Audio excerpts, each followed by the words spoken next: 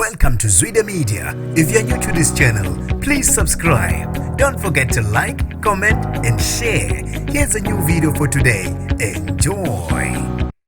Lidudulwe labulawa ngehluku iphoyisa ebelisemsebenzini elidudulwe izigebengu ngoyaba lezidlamvu. Nginibingelele ngiphinde nginamukele ezindabeni zezwedemete igama lami ngosibonga konke wakandwande mothanda ungangibiza intatheli eka YouTube. Kubabazwa ihluku okubulawe ngaso iphoyisa uMatome Mgwene okubeka ukuthi uyiphoyisa lemetro endaweni yaseGoli. Kubika ukuthi bathole umbiko behamba noza kwabo kuba kunesigebengu ezibamba abantu inkunzi eVlakfontein.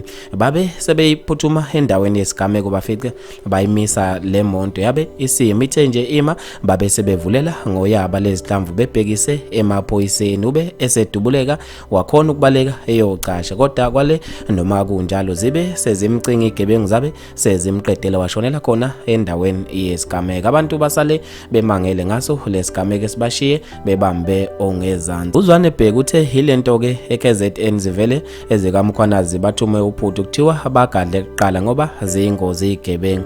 Usithe Dlamini uthe akobe abantu bayabona ukuthi uma zigadle kuqala angagadla amaphoyisa izigebengu kwenzakalani ezikamkhwana zisuke zingaqamba manga uma kuthiwa izigebengu zigadle kuqala. Ubheka kunene uthe unzima lo msebenzi wophoyisa ufikile khuza uthe ingaka amaphoyisa amane athi sisalinde ibackup uma ebezelwa izigebengu. Zolani Nzwangu uthe zibalekile lezilima sebenza nazo umuntu sengaze awulandwa la aqashe khona kuyacaca bese bebonile ukuthi uyedwa. Kunjalo ke emsebenzini uma nisebenza ningaqondani kugcina kuba ingozi. Bafethu maningi kakhulu ama comment ngizofisa ukuza ukuphala kwakho khona lapha ku comment section ngalo lo daba. Mina nje ntathela YouTube sengiphuma kanje ngithi awungibambe evidweni elandelayo.